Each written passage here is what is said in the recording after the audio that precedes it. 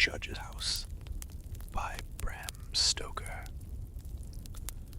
When the time for his examination drew near, Malcolmson made up his mind to go somewhere to read by himself.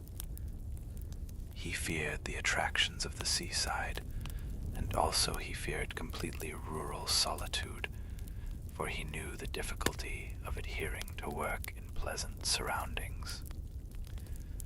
He chose a little town in a remote part of East Anglia, where he was strange and where nobody knew him. Thus he hoped to avoid those pleasant interruptions which are the bane of the student when reading for an examination. He accordingly found at the agent's an old house kept by a respectable widow who had a reputation for quietness. The house was well furnished, with long-paused furniture, and was somewhat damp.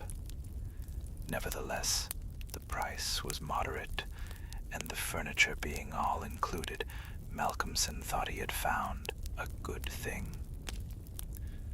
Mrs. Witham, the landlady, was a little concerned about the loneliness of the place, but he assured her that he desired quiet, and that solitude was his object. When she spoke of the possible interference of rats, he smiled and assured her that he did not mind them at all. In fact, he liked rats. But when she spoke of the judge's house, and of the judge who once lived there, she shook her head and sighed. "It is a good house," she said, "but no one has lived there since the judge died 100 years ago. He was a hard man and terrible, and he ruled with a rod of iron.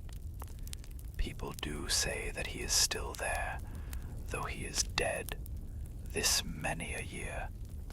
He sits there, they say, and in the night time the judge's house is full of horrible noises." He spent the night, the rats bold and unafraid.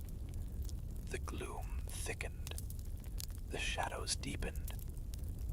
The chair moved, the judge's chair.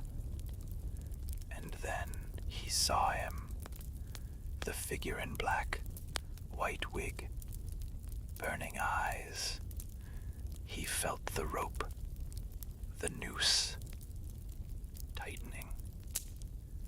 In the morning, Mrs. Witham found him, hanging there, dead.